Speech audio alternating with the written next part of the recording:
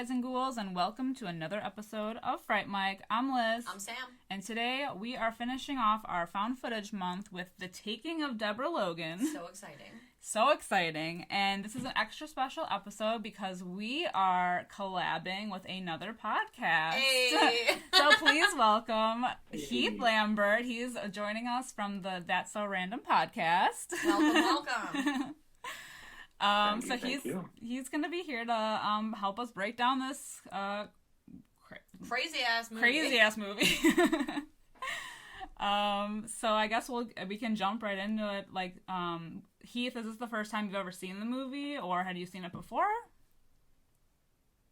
I hadn't. It had always been kind of on my list of things to get to, and hadn't gotten to it yet. So this was a good excuse to watch it. I know. We had both seen it before. I think it was one of those movies that, like, we had heard nothing about. But it was, like, such a surprise for us. Yeah, I think we, watched it some random night. We were like, yeah. Why not? Because it was on Netflix, right? Yeah, I think so. And we watched it and we're like, okay, there's actually some, genuinely creepy parts of this movie. And we are, big found footage people. So, it was a really big surprise for us. I guess my first big question about the movie is this movie disrespectful? You know what I mean? Yeah, because, fair enough. As far as this is what Alzheimer's is, I feel like the first, it's an important topic. It's, it's a serious topic, but by the time you get to, I don't know, I feel like it's a weird message to send people whose loved ones have Alzheimer's that maybe they're also, possessed by the vengeful spirit of snake god worshipper or something. Yeah, right. So I don't know how I could be feel either. about that 100%, but I know. Well, see, I feel like this movie is almost two different movies in one. It's that documentary style with the girl who's doing research on Alzheimer's patients, and I mean they even have graphs and everything as if this were her project video, which is pretty cool. But then it turns into something completely different. It's definitely more than just Alzheimer's. She's possessed by something. Yeah, it's always interesting to see with these found footage movies how they decide they're going to what the excuse for the movie is, kind of. So yeah. It's interesting when you pick a mental health issue because it is always so sensitive, but yeah, for sure. Yeah, it is interesting because they always talk about, I feel like it's kind of a hot topic now about mental health and horror movies. And I think because this came out in 2014, so this was a little bit before the kind of craze happened where everyone was talking about this. So yeah, but I mean we can jump right into the movie. We usually kind of go just a brief overview of everything and then kind of going into it. So we start off meeting Mia, who is the student, and her crew, who go to Virginia to meet the Alzheimer's patient, Miss Deborah Logan herself. Yeah, she's got Alzheimer's. Mia's doing her thesis on it. Is she a med student? Do they say? I think so. I don't. Okay. I think I don't know if I assumed that or if that was actually a thing that happened. Yeah, but she meets Deborah Logan and her sister Sarah, who I think is her daughter. Or her daughter Sarah, excuse me. Who I think is a really good actress for this movie. She genuinely portrayed. I mean, I think Deborah Logan did really well too, but I feel like she genuinely portrayed someone who, is dealing with this illness within her family. Yeah. Yeah, no, So, I've seen her before too. I don't know where. Yeah, I don't know where either. I don't know. And and that's an issue for me because most found footage movies have the smarts to cast no one you've ever seen before. Yeah. So you can really immerse. And whereas in this, there's two. Anne Ramsey, who plays Sarah, is one she was on Mad About You and A League of Their Own. Yeah. And yeah, it kind of takes you out of and a bunch of other stuff. And as well as the guy who plays Harris. So as soon as I see them on screen, it kind of pulls me out of the reality, quote unquote, of it because I'm like, oh, well, I know them. They're an actor. You know what I mean? Yeah. That's how I feel about that movie. That's odd. Huh? Well, I don't know. It's kind of an odd casting decision for me, I guess. Oh, yeah. That's how I feel about that movie Quarantine because they cast what's her name? Deb Morgan from I Dexter. Jennifer Carpenter, and it's like, oh. Yeah. Okay. Yeah, it takes you out of it a little bit when it's like a familiar face, because I think what's so good about found footage movies is like, not that they're like always really realistic, but they're a little bit more believable because you don't know who these people are. Yeah. And we actually just covered Cloverfield on our podcast, and we were like talking about T.J. Miller and everything, but that was like his first movie, so I don't count that. I was gonna mention it because I'm like, there's so many people in there, but I watched it for the first time like a couple weeks ago, and it came out in what, 2004? Yeah, something. So like, were they anybody back then? I don't know, but to me, there's a bunch of people in there. Yeah. I'm like, all right, whatever. But we had Lizzie Kaplan's in there. Yeah, Lizzie Kaplan, like, yeah, and she's big now. I mean, I think I don't know if she was big then, but still, big names. It was after Mean Girls. Yeah. Oh yeah. Really? Yeah, because Mean Girls came out. Or even the lady in here who plays Deborah Logan. I don't recognize her from anything, but if you're someone who watches soap opera, she was on 760 episodes of Days of Our Lives. All My Children. So if you watch those, you go, oh, that's her. So yeah. but that's probably not your average person. I only know her as the creepy lady from Shutter Island. Where he like sees her and she's like, oh yeah. Yeah. I mean, I was like, ugh. The manacled lady. Yeah. Jesus. She does play creepy well. She sure does. I'll give her that. She has like that, especially when she starts like really turning. I mean, in the beginning, she's like a little like, because I mean, when they show up, she's like hesitant to do it because she doesn't want to be like exploited, which like, you know, you get. But Sarah's like, oh, we really need this, you know, to pay the medical bills. Like, it'll be huge. She's behind on her house. Yeah, like everything. But when she starts to turn, she just, like, so creepy. Like, dead behind the eyes. Just like me. Yeah, right? Oh, my God. So things get, like, crazy. Yeah, and I think things take a turn for the worse pretty quickly because she just starts, like, I mean, in the beginning, it's a little bit gradual because she just, like, does really weird things, and they're setting up cameras around her house to, like, watch her, and even when, like, the guy is in the hallway, like, setting up the camera, she's just, like, staring at him and, like, walking around, like, right. She's facing. She's in the background. Her face at all times just reminds, like, nobody can see because this is a podcast, but, like, she just looks like... I know. She looks like she's plotting. She's creepy. I know, yeah. No, she's like a proper lady, or else she wants to at least exude the sense that she is to people. So anything that kind of disrupts that, you know, from even, like, she has all her tchotchkes and stuff set up a very specific way, and when Gavin starts touching them, and she kind of freaks out about it. Yeah. Sure, yeah. So she has everything in its place, everything proper, and so this is a nightmare situation for her to start with, because, like, Alzheimer's is disorder, you know, and she wants everything ordered, so yeah, I'm sure it's very frustrating. Good point, yeah.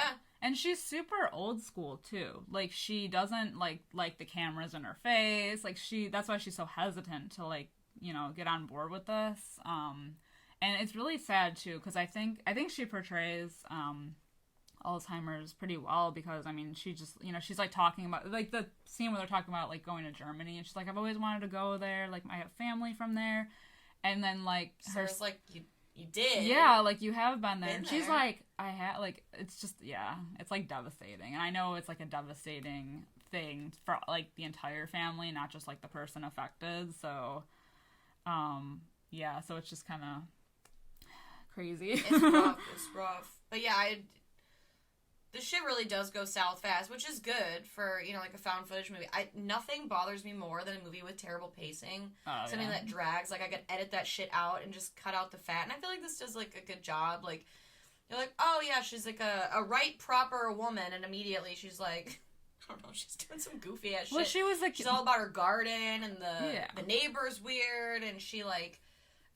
it's like the vacant stare, like, almost, like, immediately. Yeah, and she accuses, I think is it Lewis?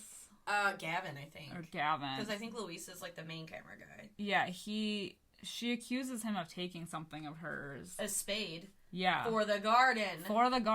Like, God, she freaks out right away. And that's, like, our first, like, incident, basically. But it gets, like, crazy, like, with the body horror, too, because she's, like, peeling at her skin, like immediately. She rips her throat out. Yeah, like Jesus Christ. It starts with the throat and eventually it goes to the like arm, and you're like, oh, and that's like something that really bugs us personally as like horror fans. We're like always so like, oh, like icky, like we can do like stabbing and everything, but when it starts to get like nitty gritty, oh, disgusting. She's got like a contact dermatitis or something, and that she scratches at. But then when she's really in a bad place, she literally just rips sheets of skin off herself, like like wallpaper. Like it's bad news. Oh, it's disgusting. I don't care for it. It's bad. Yeah, I mean, it's all bad, man. It's bad news. It's all bad. But I mean, luckily they take her to the doctor right away. But then they find out, unfortunately, that she is.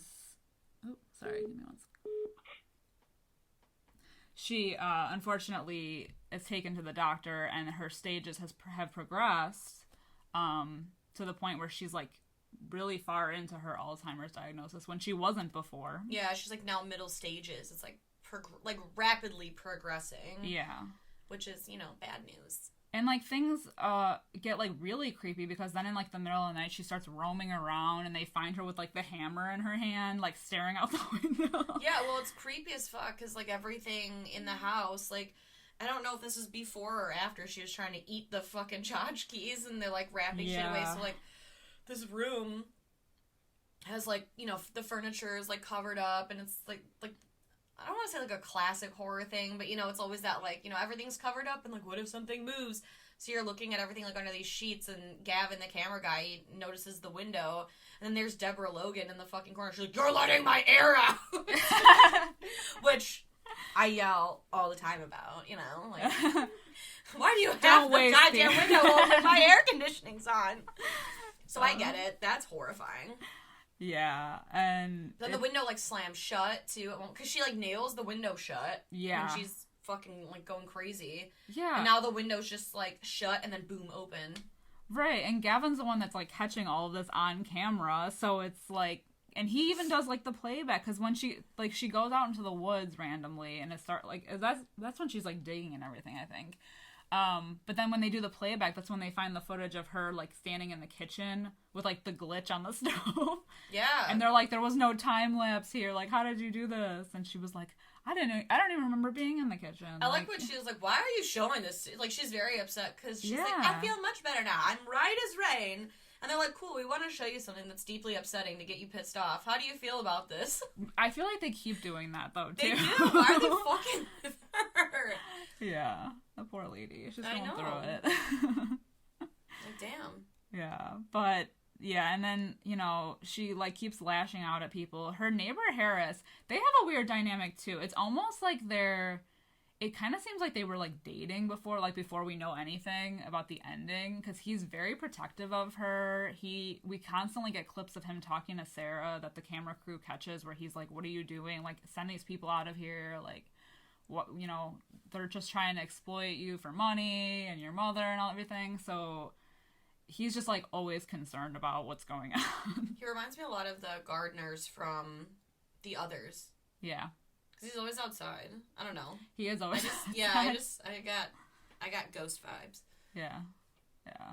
So. Or at the very least, he has some kind of an unrequited, even if they never hooked up in the past or whatever, I feel like he's always been into her and maybe thought when her husband died, that was his opening. It never happened, but he's always kind of held out hope, and now it's too late, probably. He was trying to slither in. Yeah, really. Literally. Yes.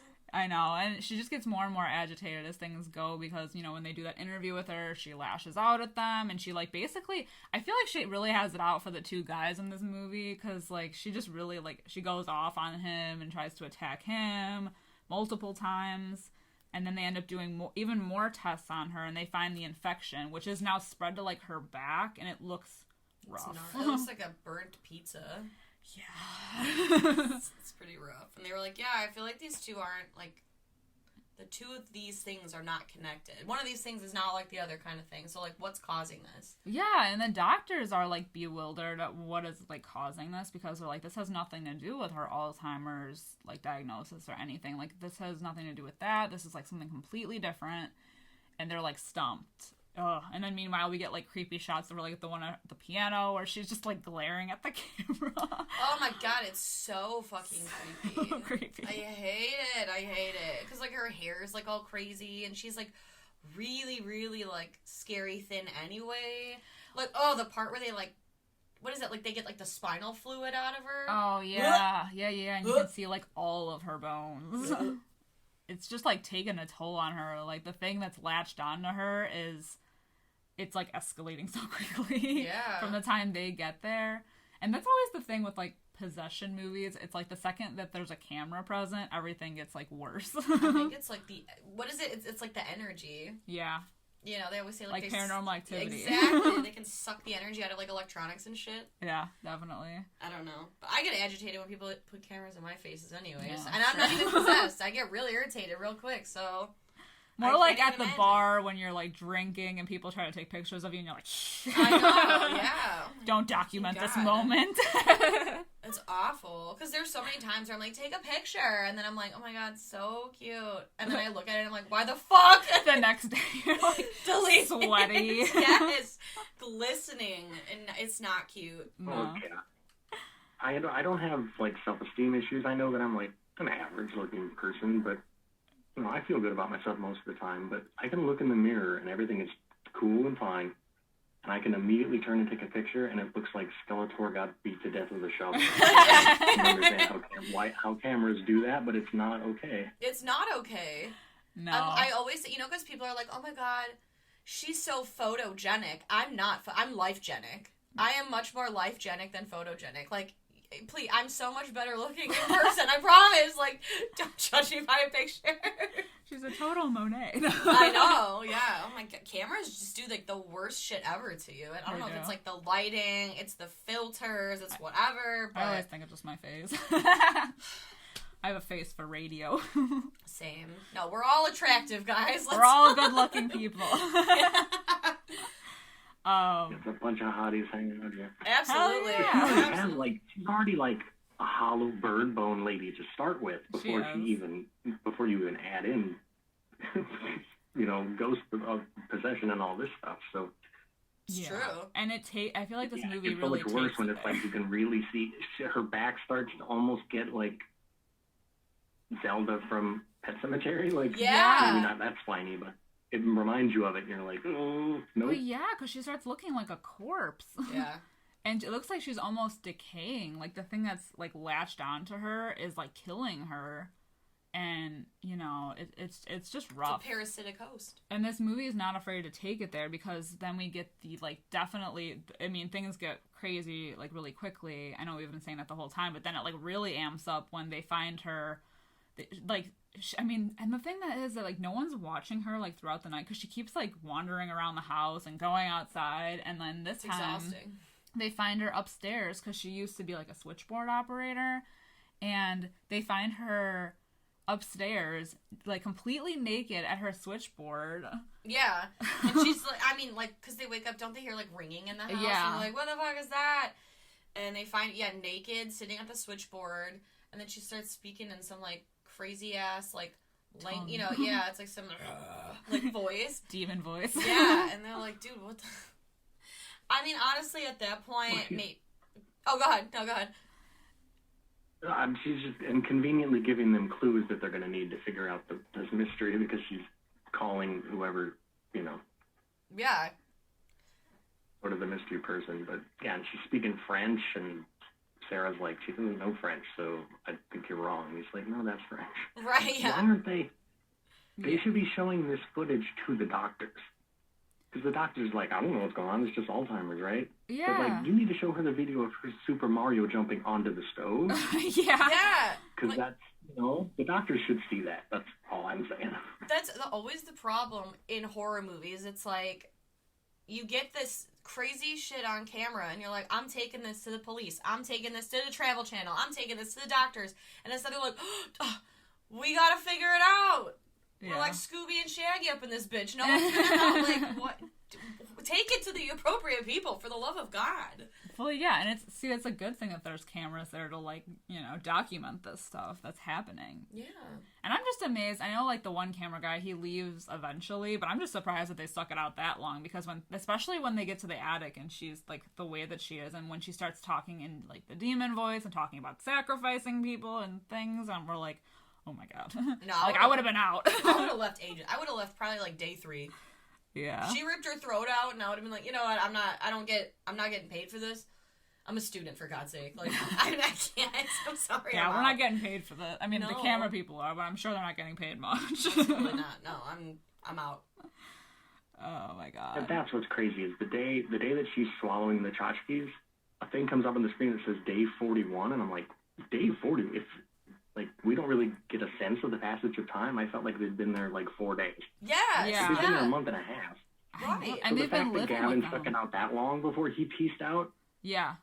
With a hearty fuck to both of you, which I'm a big fan of, because it's really easy to have kind of a mealy mouth, oh, fuck you guys, you know, but like a full-throated, like from your belly, like, fuck both of you. And then drives off. I'm a fan. You know, that's when you know you mean it. Yeah. You are never coming back. You thought about this, you are done. I like that he leaves, because I feel like they never do. In horror movies, they never leave when they're supposed to. The only other movie I can think of was, like, Insidious, when they try to at least move to get rid of, like, the entity following them. But, like, like he, like, straight up is like, I'm done with this shit. Like, I'm out. Peace. Good luck. Yeah, exactly. Which you like to see in horror. Like, I always like a smart character. Yeah. Horror movie characters tend to be so stupid. And he was just like, nope, fuck the both of you. Peace. Yeah, exactly. God bless. Yeah, I will never understand in, like, haunted house movies and stuff where people are like, no, this is my house and we're not going in. Fuck that. Yeah.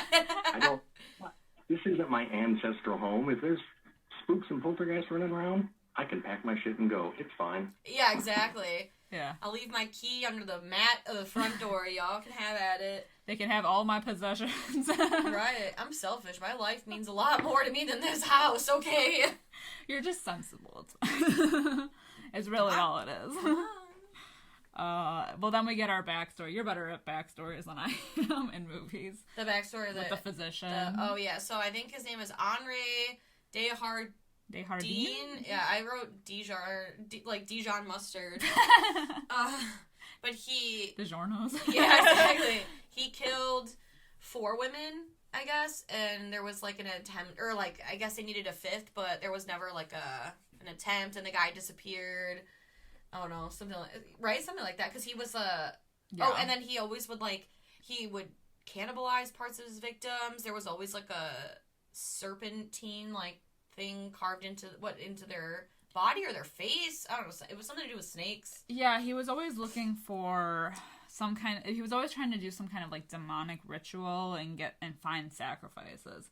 My question is like, how does he know who to get, or are they just random? Like, are they just picked at random? I don't know. Just whoever's conveniently around town. I don't know. So I don't think they ever cover that. They just kind of mention that he like collects these people and uses them for, like, sacrifices. Yeah. And then he disappeared. Yeah, he needed like 5 sacrifices or whatever because he has Lou Gehrig's disease and he wants to have immortality, and he thinks this is the ritual that's going to do that for him. Yeah. But he didn't.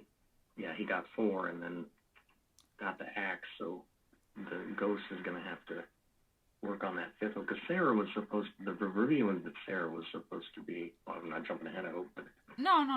Sarah was supposed to be the 5th victim, and Harris, and the reason the whole haunting thing is going on is because Harris and Deborah killed this guy and buried his ass out in the garden so that Sarah wouldn't be his next victim. Amen. So, good for them. Yeah, really. So, yeah. I like a character that takes charge. She said, not here, not today. But instead of trying to take over Sarah, he takes over Deborah's body, which is interesting. I don't know if it's just because it's weaker.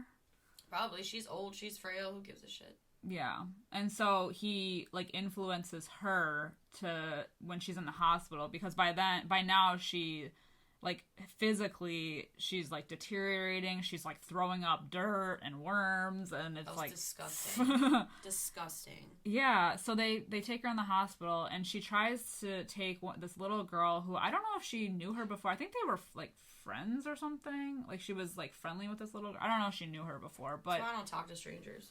Yeah, this little like girl that has cancer who's in the hospital. She attempts to kidnap her unsuccessfully, and you know, they're like, "Oh my god!" They find her in like the basement freezer or something, and they're just it's such a creepy shot because they're in the freezer like with their backs to like the camera crew and like the lights, and it's ugh. It was like that scene in the possession, right, with Jeffrey Dean Morgan, where she like runs into the basement. And she's like, "Daddy, you're scaring me." Yeah, and it's just like that one single red light, like, okay, I'm gonna go. Yeah. That's my cue to skidoo. Yeah.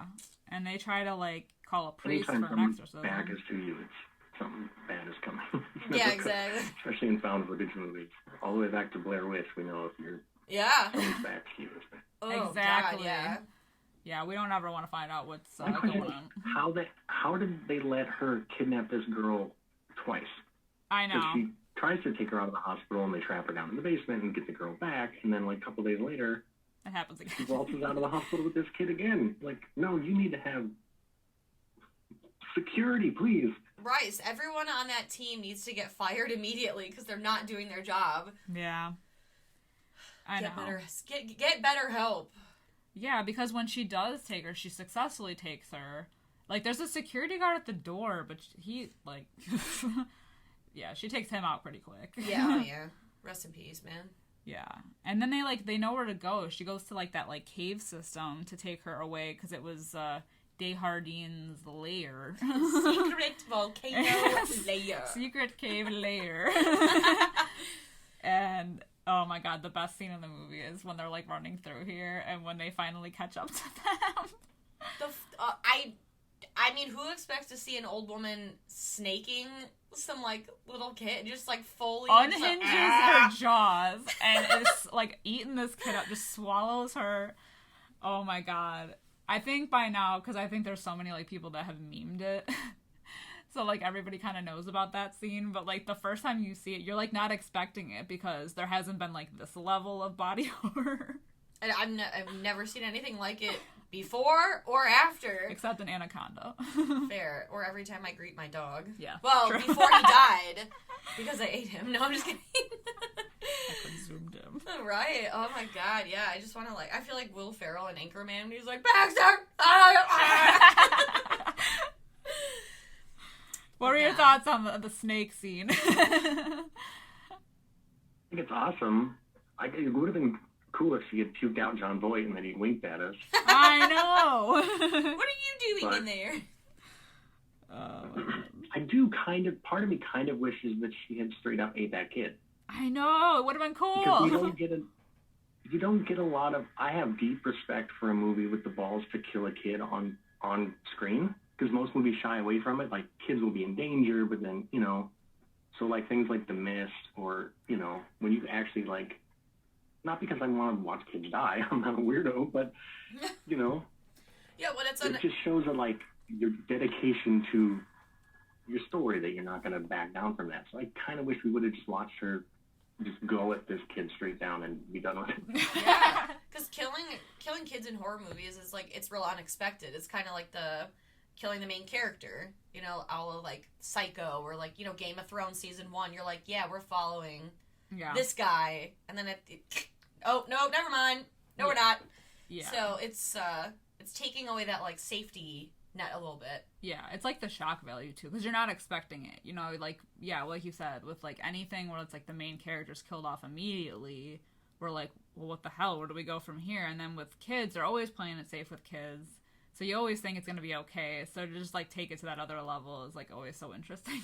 Yeah, take it there. Yeah. Yeah, I feel like a lot of movies now, like more horror movies, are doing that. Like they're killing off the kids. They gotta keep it fresh. I mean, it's 2021.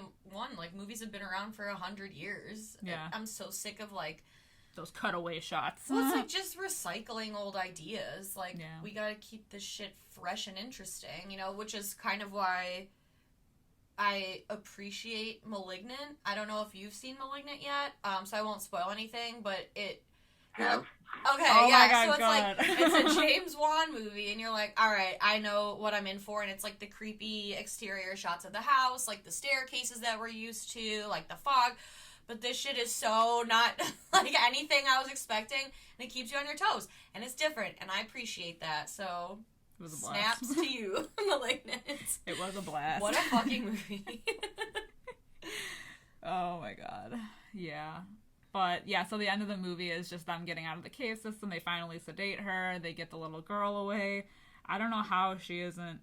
I don't know. She, like, because they show her at the end, she's like cured from cancer. Like, she made a miraculous recovery. Meanwhile, we get like shots of Deborah Logan, who has like really rapidly deteriorated.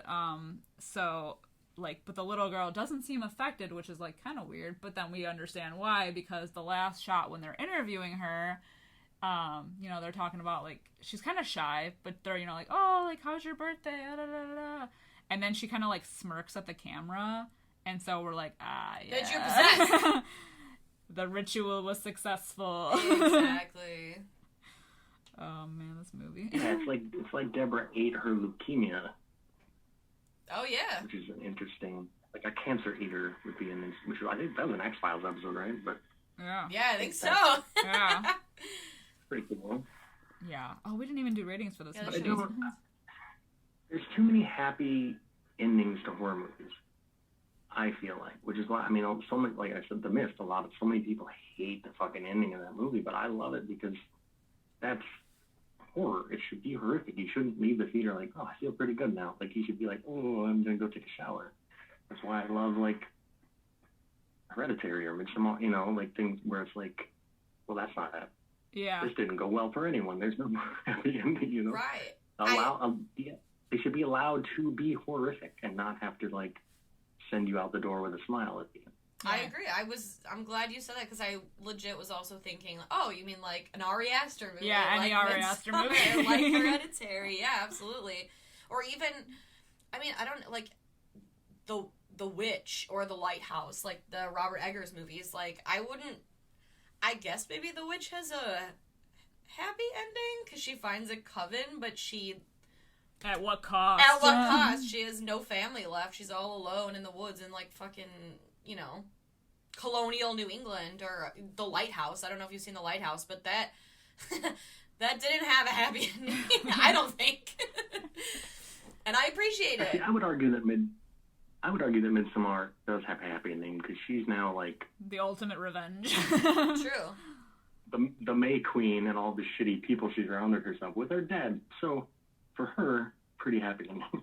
Yeah, we had an entire Midsommar episode, and we were, what is his name, Christian?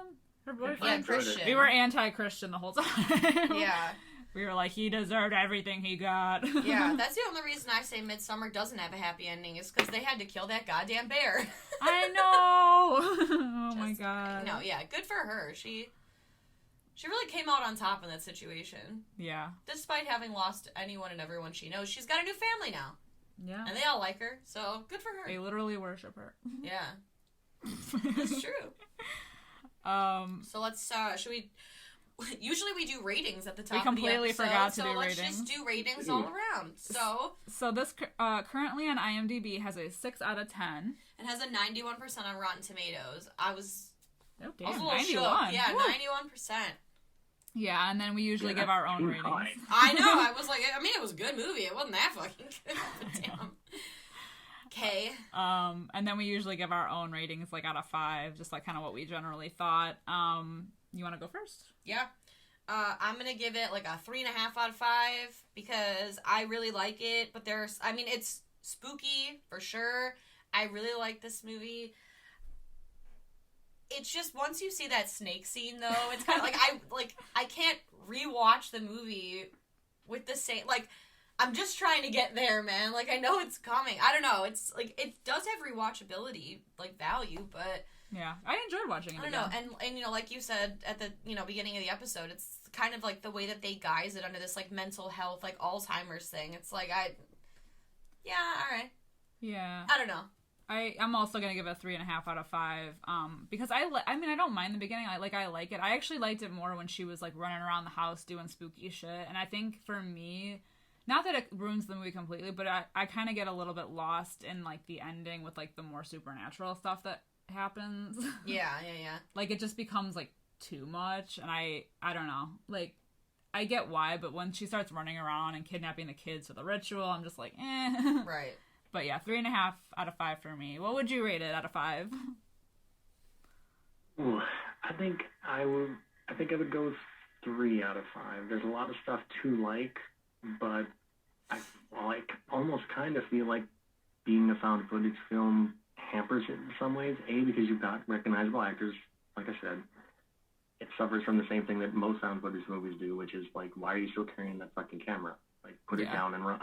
Yeah. Once Gavin and Louise are gone, Mia should quit, not be like, okay, you're in the cave and now you have the excuse that, oh, we need the light on the camera to see. Well, the cop has a flashlight. You don't need that camera anymore. Stop it. Yeah, exactly. You know, so it suffers from that. There's also places where, like, so there's the scene when Harris goes to try to suffocate Deborah with a pillow and pays the price for it, kind of.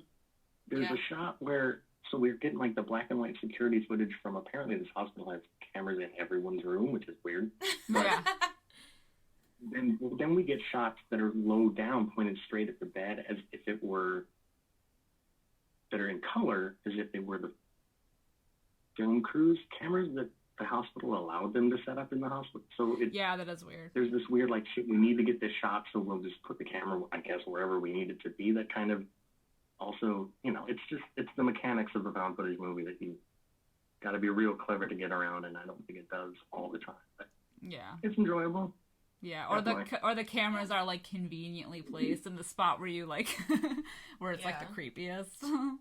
Yeah, that's always like the thing I hate about found footage is like the craziest shit happens. Like especially in Cloverfield. Like I don't know. Like if that shit were happening to me, I ain't filming shit. I'm running. Oh yeah. I'm not worried about a camera. And they always like even in all the action, they capture just the right things at just the right angles, and it's like I don't know, man. So yeah, like especially like I didn't even think about it in the hospital. It's like I know, you're so used to just like watching the movie that like you bringing that up. I'm like, oh shit, yeah, like that would never be allowed. No, unless it was one of those teddy bear. That's why Paranormal Activity I think works so well, is because it's sort of these fixed cameras that would be there for a reason and don't really, you know, you're not running around. You know, they're kind of voyeuristic looking in.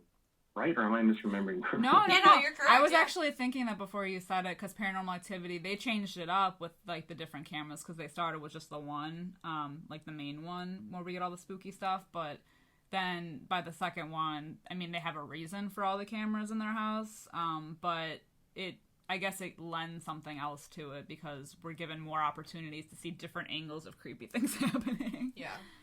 So, sometimes it works, sometimes it doesn't. I think it just kind of depends on what they do with it. But like you said, I love Cloverfield, but by the 5th time you hear T.J. Miller say, no, I have to get this, and all of his friends are like, put the fucking camera down, please. Yeah. And he's like, no, people need to see this. No, they don't. No, they don't. That's what professional news crews are for. You need to survive. Yeah. Amen. So, I get what you're saying. He does it all the way up until the glorious end. Yeah. Yeah, when you're taking the camera with you into the stomach of the monster, that's dedication to your craft, I guess. I guess.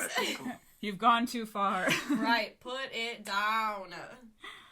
Well, does anybody else have anything to say about this movie? Hell no. All right, well then we'll wrap it up here. So many notes, but yeah. All right. No, I'm good. Go ahead. Okay. We'll wrap it up here for this week. Thank you so much for joining us. Where can we find your podcast? Where can we find you? If you want any social media. Yeah, the show is That's So Random, a random movie podcast. It is on all the things where you find podcasts.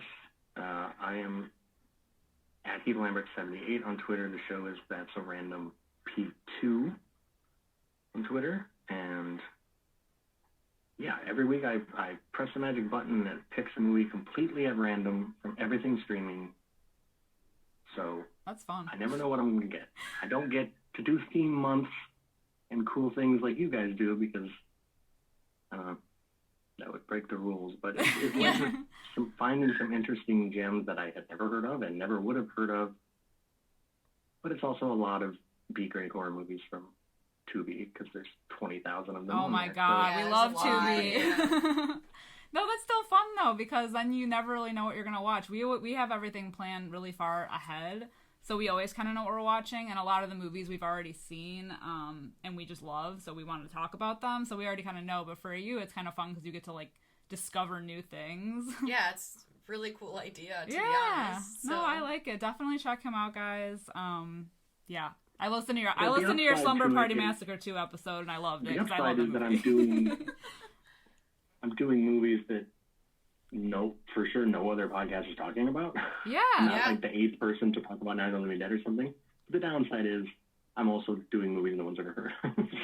A lot of the time. I mean, I've had Clue and a James Bond movie and Thor and, Slumber Party Massacre 2, some stuff. But oh my god, we love Slumber Party Massacre 2. Yeah, follow the girls. We're doing a crossover. Follow our hostesses here over to my show where we're going to talk about a different movie. Yeah. And, that is a big thing. We are doing an episode on his podcast as well. So if you enjoyed listening to this one, definitely head over to his. We're going to be talking about another movie over there. And then, of course, if you want to find us, we're on Twitter, Instagram, and Facebook. As always, we do have a Patreon account if you're looking for extra spooky content where we post monthly reviews of new movies. We just did Malignant and Candyman. You'll definitely want to check those out. Yeah, please, especially, oh my god. Especially Malignant. They are a spoiler, though. Like, we don't have spoiler-free, so because we spoil everything if because you're on we had Patreon, to. you're paying us for your content. I'm not going to give you a fucking spoiler-free Patreon episode. So that's your own goddamn fault if you listen to it before you watch it. Oh my god. But again, thank you so much for joining us for our episode. And then stay tuned for our next theme. We'll announce it on socials. Until next time, I'm Liz. I'm Sam. Rest in peace.